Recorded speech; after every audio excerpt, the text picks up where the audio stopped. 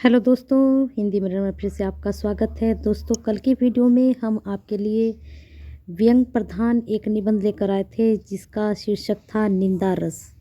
और हमने आपको बताया था जो निंदा रस है वो हरिशंकर प्रसाद जी के द्वारा लिखा गया है।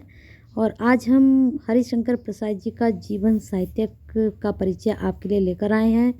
साथ ही निंदा रस से जो क्वेश्चंस बन सकते हैं आपके एग्ज़ाम के पॉइंट ऑफ व्यू से, इम्पोर्टेंट क्वेश्चंस जो आपके लिए बहुत ही महत्वपूर्ण होंगे, वह सब हम लेकर आए हैं। तो पूरी वीडियो ज़रूर देखिए और अंत तक बने रहिए। पहले हम हरिशंकर प्रसाद जी का पूरा साहित्यिक परिचय आपको कराएंगे, उसके बाद सारे इम्पोर्टेंट क्वेश्चंस जो आपके एग्ज़ाम के पॉइंट ऑफ व्यू से बहुत ही महत्वपूर्ण हैं उनको आपको स्टेप बाय स्टेप बताएंगे। चलिए देखते हैं हरिशंकर प्रसाद जी का साहित्यिक परिचय। मध्य प्रदेश में इटारसी के निकट जमानी नामक स्थान पर हिंदी के सुप्रसिद्ध व्यंग्यकार हरिशंकर प्रसाद जी का जन्म कब हुआ? 22 अगस्त 1924 को, यानी कि 22 अगस्त 1924 को हुआ। इनकी प्रारंभिक शिक्षा भी मध्य प्रदेश में हुई। नागपुर विश्वविद्यालय से हिंदी में एमए करने के बाद उन्होंने कुछ वर्षों तक अध्यापन कार्य किया, लेकिन साहित्य सृजन में बाधा आने के अनुभव करने पर इन्होंने नौकरी छोड़कर स्वतंत्र लेखन प्रारंभ किया। इनको साहित्य लिखना था, लेखन करना था, तो उसे कि जब ये जॉब कर रहे थे तो उससे क्या हो रहा था, उसमें बाधा आ रही थी, तो इन्होंने उसको छोड़कर स्वतंत्र रूप से लेखन कार्य सोचा कि मैं करता हूँ। उसके बाद इन्होंने प्रकाशव्य संपादक के तौर पर जबलपुर से वसुधा नामक साहित्य मासिक पत्रिका का स्वयं ही संपादन किया और प्रकाशन भी किया, जो बाद में आर्थिक कारणों से बंद हो गई। आर्थिक कारण समझते हैं ना, कि पैसे वगैरह की इनको तंगी हुई, तो जिसके कारण इन्हें पत्रिका बंद करनी पड़ी। इसके बाद हरिशंकर प्रसाद जी साप्ताहिक हिंदुस्तान, धर्मयुग तथा अन्य पत्र पत्रिकाओं में नियमित रूप से लेखन अपना लिखते रहे, लेकिन 10 अगस्त 1995 को यशस्वी साहित्यकार का देहावसान हो गया, यानी कि इनका स्वर्गवास हो गया। जन्म कब हुआ था? 1924 को। मृत्यु कब हुई इनकी? 1995, 1995 को। तो इतना इनका ये जीवन का परिचय है। अब देखते हैं साहित्यिक सेवाएं इन्होंने क्या क्या दी हैं। व्यंग प्रधान तो ये है ही है, साथ में निबंधों के लिए सुप्रसिद्ध प्राप्त करने वाले प्रसाद जी की दृष्टि लेखन में बड़ी आराम के साथ उतरती थी। आराम है यहाँ पर, ठीक है। उनके हृदय में साहित्य सेवा के प्रति कृतज्ञ भाव है, यहाँ पर ये भाव है, भाव विद्यमान था। और साहित्य सेवा के लिए जो प्रसाद जी थे उन्होंने नौकरी को भी त्याग दिया था, यह भी मैंने अभी आपको बताया ही है। काफ़ी समय तक आर्थिक जो विषमताएं थी जिनके कारण इन्हें अपनी पत्रिका भी बंद करनी पड़ी थी, उसको इन्होंने झेला। और वसुधा नामक जो उनकी साहित्यिक मासिक पत्रिका थी उसका ये संपादन करते रहे। पाठकों के लिए जो है हरिशंकर प्रसाद एक जाने माने लोकप्रिय लेखक हैं। तो ये इनकी साहित्यिक सेवा का परिचय है। अब आते हैं इनकी कृतियों पे, यानी कि इनकी रचनाओं पर, कौन कौन सी इन्होंने लिखी हैं। प्रसाद जी ने अनेक विषयों पर जो है रचनाएं लिखी। इनकी रचनाएं देश की प्रमुख साहित्यिक पत्रिकाओं में प्रकाशित होती रही हैं। अभी मैंने आपको बताया भी था कि धर्मयुग में भी इनकी प्रकाशित होती थी। प्रसाद जी ने अपनी कहानी में, उपन्यासों में तथा निबंधों से व्यक्ति और समाज की कमजोरियां हैं, विसंगतियां हैं, आडंबरपूर्ण जो जीवन है उस पर इन्होंने गहरी चोट की है। अब जैसे आपका जो निंदा रस व्यंग आपने पढ़ा है, किस तरह का है वह, तो उसमें जो इन्होंने जो व्यक्ति है और हमारे समाज की जो कमजोरी है निंदा करने वाली, उसके ऊपर इन्होंने पर्दा उठाया कि हमारे जो निंदक होते हैं समाज को कैसे खोखला करते हैं। इसके बाद प्रसाद जी की जो रचनाएं हैं वो इस तरह से हैं। कहानी संग्रह इनके हैं हंसते हैं रोते हैं जिससे जैसे उनके दिन फिरे। उपन्यास देख लीजिए, रानी नागफनी की कहानी, तट की खोज। इसके बाद इनके जो निबंध संग्रह हैं वह है तब की बात और थी, भूत के पांव पीछे, बेईमान की परत, पगडंडियों का जमाना, सदाचार का ताबीज़, शिकायत मुझे भी है और अंत में। ये जो निबंध संग्रह हैं इनके बहुत ही महत्वपूर्ण हैं। और एक आपका जो निंदा रस है वो इसमें भी ऐड कर सकते हो आप। चलिए आगे देखते हैं। अब इनकी भाषा शैली देखते हैं किस तरह की है। परसाई जी की जो भाषा रही है वह क्लिष्ट व गंभीर भाषा रही है की अपेक्षा व्यावहारिक अर्थात सामान्य बोलचाल की भाषा को ही इन्होंने अपनाया, जिसके कारण इनकी भाषा में सहजता आ गई है, सरलता आ गई है और एक प्रभावमयता इनकी भाषा में दिखाई देती है। साथ में इन्होंने अपनी रचनाओं में छोटे-छोटे वाक्यों का भी प्रयोग किया, जिससे रचना में रोचकता आ जाती है। इस रोचकता को बनाने के लिए परसाई जी ने जो है उर्दू, अंग्रेजी भाषा के शब्दों का तथा कहावतों का, मुहावरों का बेहद ही प्रयोग किया है, जिससे भाषा क्या हो गई है, सरल हो गई है और प्रभावमय हो गई है। जिसने इनके कथ्य जो इन्होंने कहा है कथ्य कथन प्रभावशीलता को दोगुना कर देता है। किसके प्रभाव से? उर्दू भाषा, अंग्रेजी के शब्दों से, सरलता से, सहजता से, मुहावरों कहावतों के प्रयोग से। तो वह क्या होती है, अपना जो है इम्प्रेशन बोल लीजिए या प्रभाव बोल लीजिए, बहुत ज़्यादा बढ़ जाता है, इंटरेस्ट बढ़ जाता है पढ़ने वाले का। इन्होंने अपनी रचनाओं में मुख्यतः व्यंग्यात्मक शैली का प्रयोग किया है, जिसके माध्यम से समाज के विभिन्न कुरीतियों पर इन्होंने कठोर व्यंग किया है। व्यंग्यात्मक की तो शैली अपनाई है वहाँ पर, जो इन्होंने निंदा रस आपने पढ़ा है, और यह भी एक समाज की कुरीति है, निंदा करना। हिंदी साहित्य में इनका स्थान हम कहाँ रख सकते हैं? हरिशंकर परसाई जी हिंदी साहित्य के प्रतिष्ठित व्यंग्य लेखक थे। मौलिक व अर्थपूर्ण, मौलिक पता होगा सभी को, मौलिक एवं अर्थपूर्ण व्यंग्यों की रचना में परसाई जी सिद्धहस्त थे। इन्होंने किसी को अनुवादित नहीं किया है, अर्थपूर्ण रहे हैं इनके जितने भी इन्होंने लिखा है। हास्य एवं व्यंग्य प्रधान निबंधों की रचना करके इन्होंने हिंदी साहित्य में एक विशेष या विशिष्ट अभाव की पूर्ति की थी। इससे पहले व्यंग्य नहीं लिखा जाता था, ज़्यादा इन्होंने ही लिखा है। व्यंग्य लिखा गया लेकिन इतना नहीं लिखा गया। ठीक है, आगे देखते हैं। इनके व्यंग्यों में समाज व्यक्ति की कमजोरियों पर तीखा प्रहार मिलता है। आधुनिक युग के व्यंग्यकारों में उनका सदैव नाम जो है स्मरणीय रहेगा। अब आते हैं निंदा रस का। वैसे मैंने आपको कल इसकी वीडियो में सारा समझाया था निंदा रस के बारे में, लेकिन छोटा सा इसमें सार देख लेते हैं। अब जो कल मैंने आपको वीडियो पढ़ाई थी, उस वीडियो में निंदा रस का जो सारांश मैंने आपको पढ़ाया था, मैंने कहा था कि उन्होंने जो निंदक होते हैं उनके अलग अलग नाम दिए हैं। तो उन नामों को जो उन्होंने अलग अलग नाम दिए हैं, किस तरह के निंदा करने वाले होते हैं और किस रीजन से वे होते हैं, सब आज मैं अलग अलग ये टॉपिक के हिसाब से आपको बताऊंगी। अब देखते हैं निंदा रस का पाठ सारांश जो है किस तरह है। प्रस्तुत निबंध जो है, निंदा रस में लेखक ने निंदा करने वाले व्यक्तियों के स्वभाव प्रकृति का उल्लेख किया है, और वे कहते हैं कि अनेक व्यक्ति एक दूसरे के प्रति ईर्ष्या भाव से भी निंदा करते हैं। कुछ व्यक्ति अपने स्वभाववश ऐसे होते हैं, उनके तो खाना हजम ही नहीं होता, जितना वो इतना ऐसा काम नहीं कर लेते हैं। और कुछ अकारण ही निंदा करने में रस ले लेते हैं।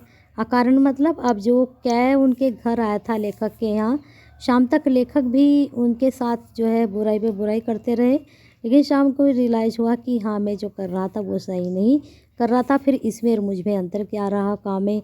तो ये अकारण ही लेखक ने कैसी निंदा की, अकारण। उनकी कोई आदत नहीं थी, कोई स्वभाव नहीं था, ना ही वह किसी से ईर्ष्या रखते थे। अब देखते हैं आगे। इसके अलावा क्या कुछ लोग ऐसे भी होते हैं जो सम को बड़ा सिद्ध करने के लिए, सम को बड़ा सिद्ध करने के लिए मतलब आप अपने आप को अपनी प्रतिष्ठा बनाए रखने के लिए, या अपने कुछ भी नंबर बनाने के लिए, या कुछ किसी की नज़र में अपना आप को अच्छा साबित करने के लिए आप तब भी इस तरह का काम करते हैं। दूसरों की आप निंदा करते हैं, उनको नीचा दिखाते हैं, और आप अपने आप को प्रतिष्ठित करते हैं उसकी जगह।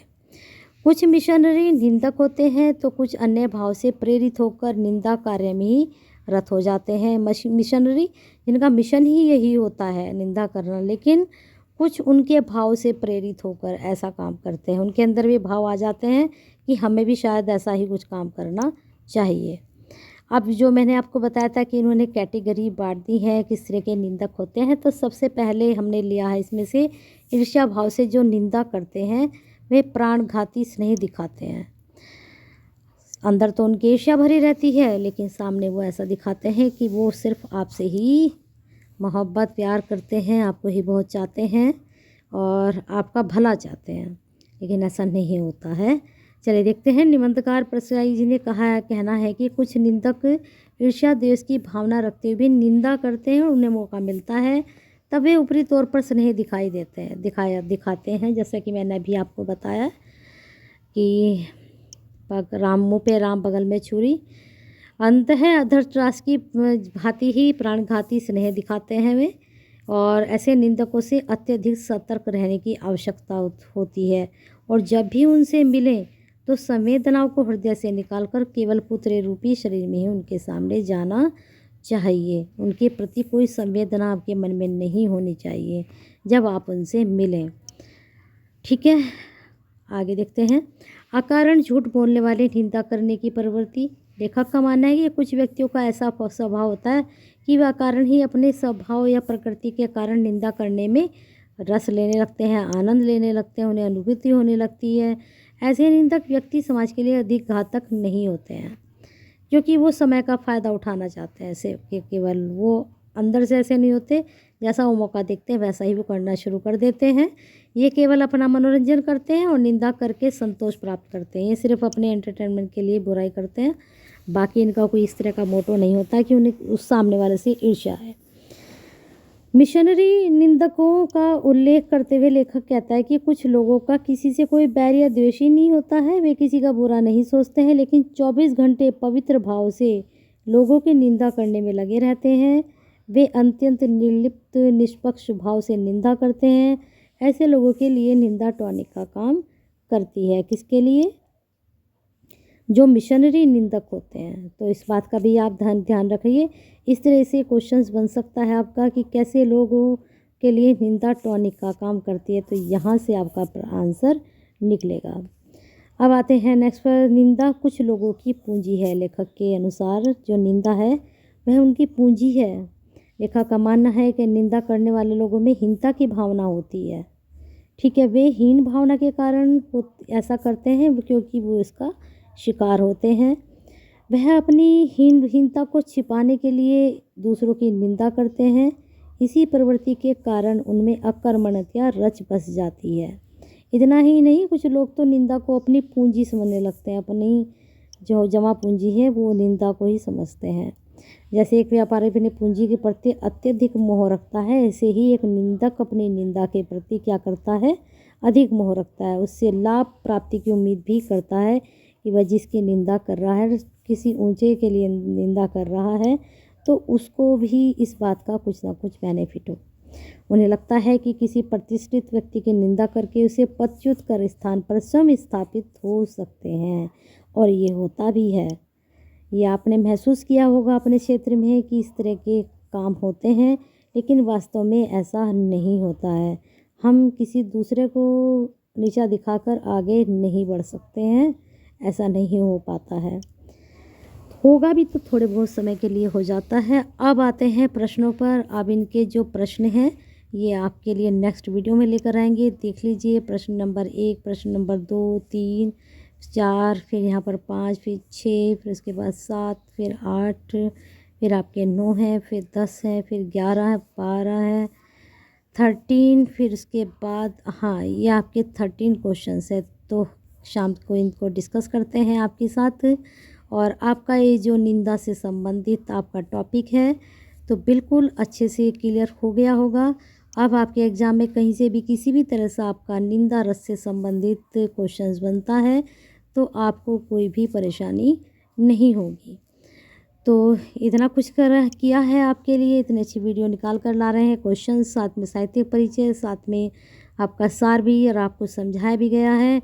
तो उसके लिए एक छोटा सा लाइक तो बनता है और शेयर भी बनता है, साथ में कमेंट भी बनता है। शेयर करते हैं तो आप किसी की केयर करते हैं, तो अगर आप केयर करते हैं तो शेयर ज़रूर करेंगे और कमेंट करके ज़रूर बताइए आप UOU से हैं या फिर SDSU से हैं या HNB से हैं, किस तरह का कंटेंट आप हिंदी मिरर की तरफ से चाहते हैं।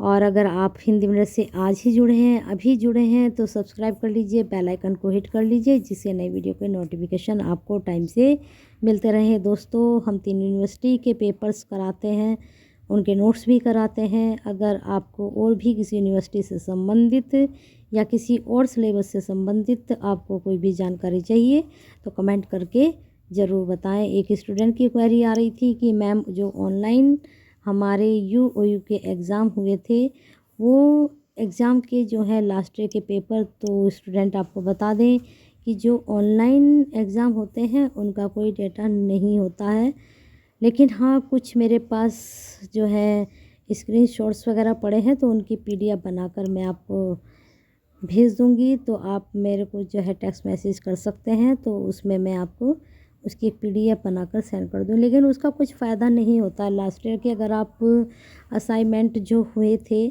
उनको देखते हैं तो कोई बेनिफिट नहीं होगा, क्योंकि इनका यहाँ तक है यूओयू का कि अगर जैसे आपने उन्होंने 2 आपको टाइम दिया है, 2 बार आपको मौके दिए हैं अटेम्प्ट करने के। अगर आपके पहले में नंबर कम आते हैं, दूसरा आप अटेम्प्ट करते, तो यहाँ तक भी होता है कि जैसे आपने अभी एक पेपर खोला ऑनलाइन, फिर आपने ये किया और उसमें आपके अच्छे नंबर नहीं, आप दूसरा जब ट्राई करते हैं तो सेम क्वेश्चंस वहाँ भी नहीं मिलेंगे आपको।